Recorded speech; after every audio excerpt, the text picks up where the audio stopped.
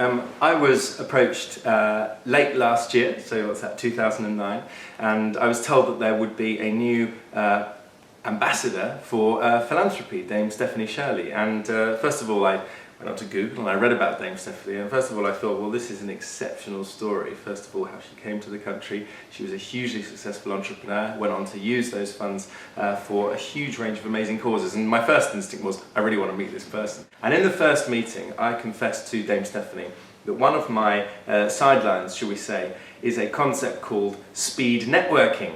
Which sounds absolutely dreadful, doesn't it? And it is related, shall we say, to speed dating.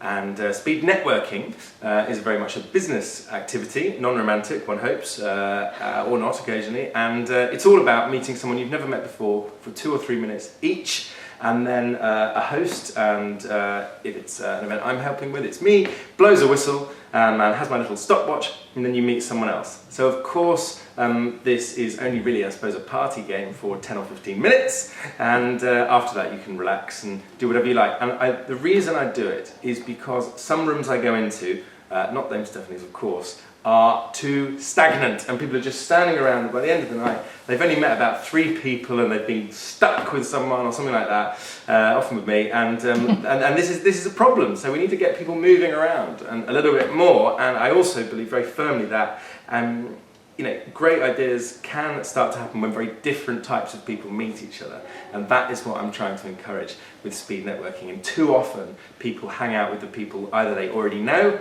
why wouldn't you? It's nice to see them again, or people that maybe look a little bit like them. And so the retired professor doesn't walk over to the young college student or whatever it happens to be, although I think they probably should.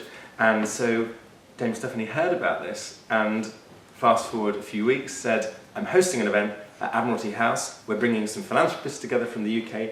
Would you be interested in coming along and bringing your whistle? And well, how could I possibly say no? And so the day arrived, and I was a little bit nervous when I looked down the guest list, because of course it occurred to me that some of the guests had named companies and banks after them, and then of course I realised that the companies and banks were actually in their names as well, and they were some of the most extraordinary and successful people probably in the world, let alone the country. And so that was a tiny bit intimidating, but of course as they start to arrive,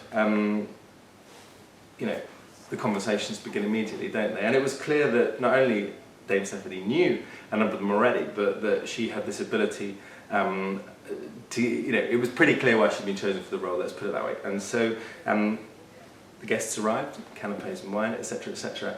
And I'll be quite honest here, at this point I sort of had my whistle in my top pocket, and I thought this could be a major disaster. Because, I wouldn't say Admiralty House is stuffy, but it is pretty refined.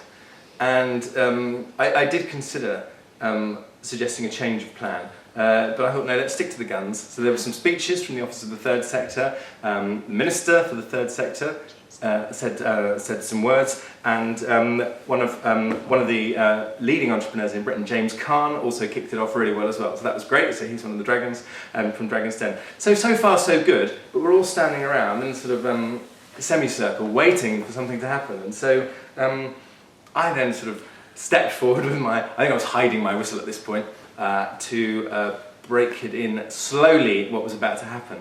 And as I told people that we were about to do some speed networking, I wouldn't say there was a whoop and a cheer.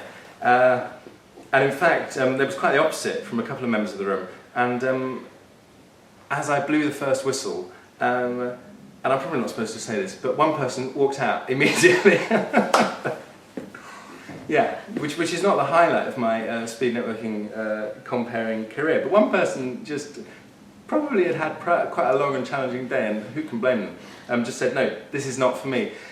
And what happened then was quite interesting, because all of a sudden the volume in the room went up, the energy in the room seemed to go up, and by the time I'd blown the second and third whistle, I was having people come around to me between speed networks and actually say, this is great actually, isn't it? Because, and funnily enough, it probably was a couple of the people that under normal circumstances wouldn't have been leaping around the room with their business cards. That's not their style in the slightest, and so hopefully it did enable them to meet a couple of extra people. And after that, we had a really interesting session where we sat down again, did some slower, more normal networking, where we asked some pretty interesting questions. And what was so interesting there was that it was behind closed doors. I feel that people could feel that they could speak in confidence about the issues that mattered to them. And it was really interesting because actually sat around the room, we had philanthropists, we had a government minister, we had several MPs, we had people organising,